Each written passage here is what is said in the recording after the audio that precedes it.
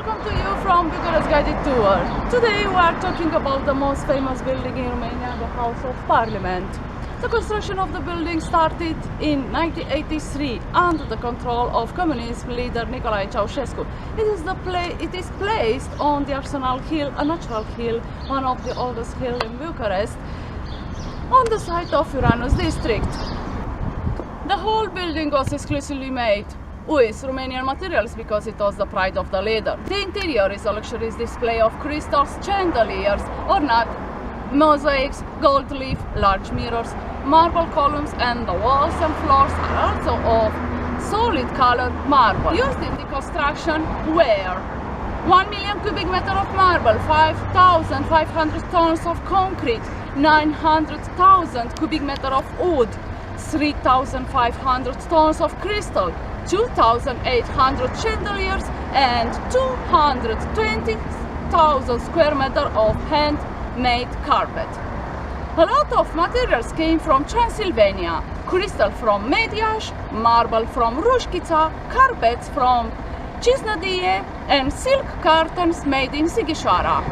The building is rectangular. It is 84 meter high and 270 meter long. It has 12 floors, 1,100 rooms, only 400 are finished, covering 330,000 square meters and 90 meters deep into the ground, with 2 nuclear shelters because Ceausescu was afraid of an atomic attack.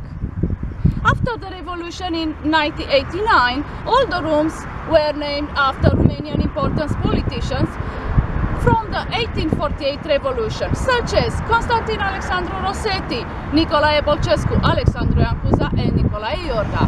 The boulevard in front of us is a copy of Boulevard Champs-Élysées in Paris. When the boulevard was built, its name was the Boulevard of Socialist Victory, now Unirii Boulevard. When Ceausescu visited France, Paris, he liked the boulevard and wanted to have his own version.